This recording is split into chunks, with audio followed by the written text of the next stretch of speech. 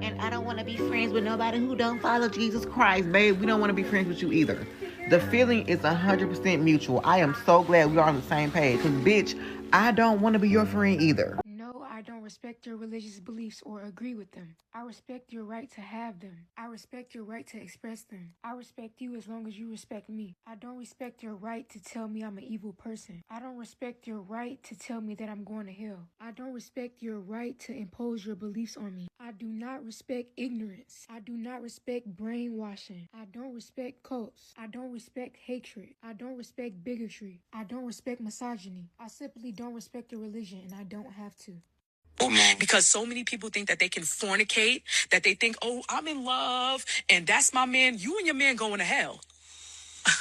You and your man, y'all going to hell, lest you repent. I'm so sorry, but this level of delusion literally blows my mind because, first of all, Christianity is a man-made religion, which means the people who created it had parents, and those people had parents, and if you go far enough back in that timeline, there had to be a point where people were reproducing before that rule ever existed, because someone had to be around to create that rule in the first place, right?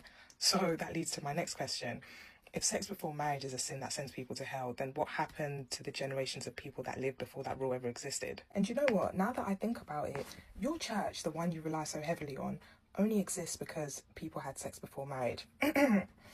The biblical law you condemn others for breaking only exists because people had sex before marriage. And funny enough, the only reason you're here today to repeat that law is because generations of people before you had sex before marriage. When I talk about how God is misogynistic, Christians tell me that, well, it's the culture. That's not what God intended. It's just the culture at the time. So if God is truly a girl dad and God truly loved women, why didn't God give any laws that would directly combat misogyny? Instead, the laws that God gave enhances and enforces the patriarchy. The laws that God gave them concerning women, concerning the autonomy of women, concerning women and their bodies, enhanced the patriarchy. God did not give any progressive laws to help women. God didn't really say anything that you would consider today to be slightly feminist or at least progressive. God didn't do that. God is not a girl dad. God reinforced patriarchal standards in those laws that he gave. God did not do anything to promote autonomy in women. God did not do anything to promote equality. God gave laws that were according to the culture. He did not change the culture. He enhanced it.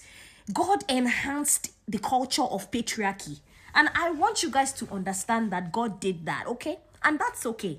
It's not, but you get what I mean. When I read Deuteronomy 22 verse 28 to 29, it fills my body with rage. And I can't believe that a God who is supposed to be a girl dad would endorse such a doctrine, such a practice. He was supposed to destroy those practices because he destroyed everything else. He destroyed what the Israelites ate, what he considered clean, what he didn't consider clean. He did that. But all of a sudden, when it came to women, it was a cultural. Get the fuck out of my face. Eat my dick, bro.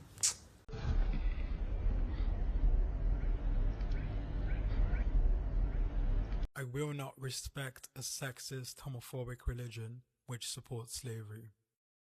My claim is there's no external evidence for Christ. So it doesn't matter what Mark 16 says, because Mark 16 would be internal. Mark 16 is internal to the religion. So it doesn't matter. No, Mark is in the Old Testament, and it's Mark is not Old Testament. Mark is one of the Gospels. That's New Testament. What are you talking about? Mark was okay, but he's in different parts. No, Mark is only New Testament. What? Bro. The Old Testament refers to Mark. No, it doesn't. Oh my gosh, you haven't even read it. It's kind of hard for you to have a basis of none of the Old Testament references the New Testament. It was written thousands of years prior.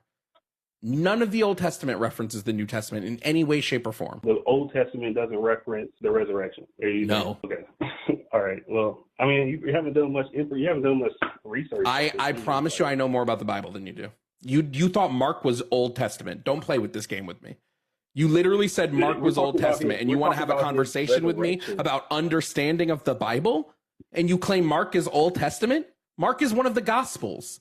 What do you mean he's Old Testament? God He is damn. one of the doctors. Well, don't you think it's kind of? I mean, you're kind of getting a little upset, aren't you? Like, I get frustrated when people who are stupid say stupid things. Yes, you're saying something stupid right now. Like you're the saying Old that Testament doesn't reference the New Testament. It's impossible for it to reference because it's written first. Now the New Testament can reference shit from the Old Testament because, fun fact, they had the Old Testament available to them when they wrote the new shit. The God of the Bible and Quran watched Africans go through hundreds and hundreds of years of slavery and colonization. But the God of the Bible is not. He has a different level of patience than we do. Oh, isn't that convenient? That's highly convenient, right? For us, we just got to wait. That's why I said the same people that brought this to you told you that they got the keys to your salvation in your pocket. I don't believe them. I'm not gonna lie. I don't believe you. You've been punching me in my face, slapping me, raping my child, colonizing me. I don't believe you. That's just me as an individual. I don't believe you. You do the wine. As I sleep, I be counting my ceiling. Oh my God, what a feeling. 21st century, so she go tell it to my face. Oh yeah, it's over. My baby say over.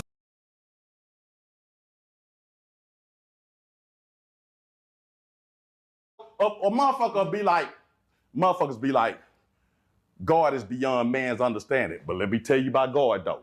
The fuck out of here. Is he beyond our understanding? Or do you know every fucking thing? Because you got niggas out here that's gonna actually tell you what God is thinking and what God will do and what God won't do. Who the fuck is you, nigga?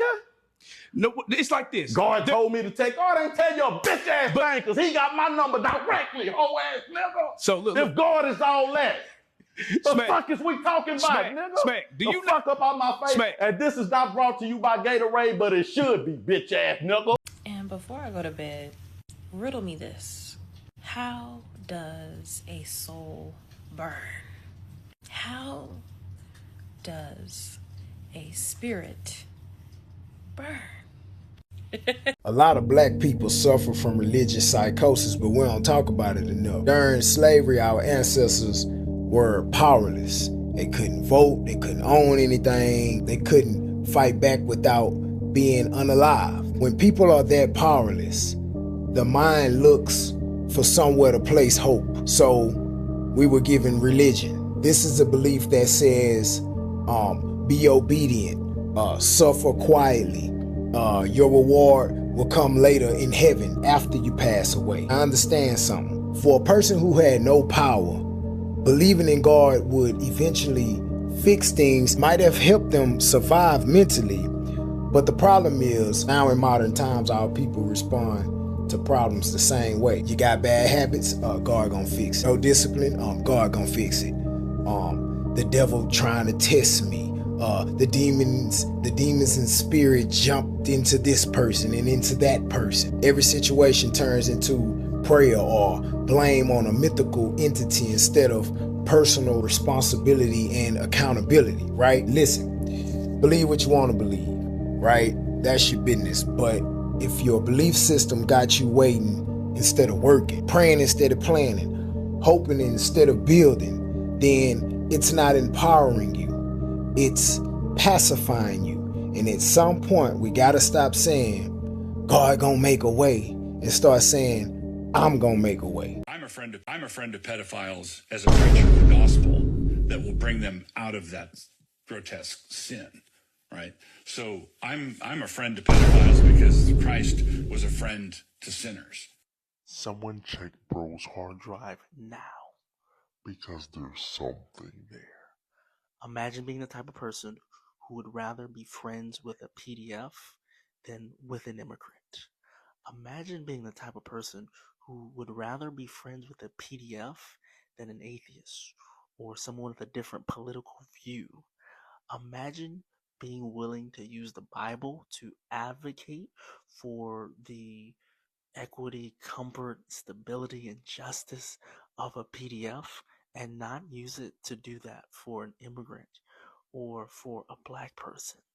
What type of twisted world are we in where it's more important to make sure a PDF has access to support than it is to make sure that a woman has access to support?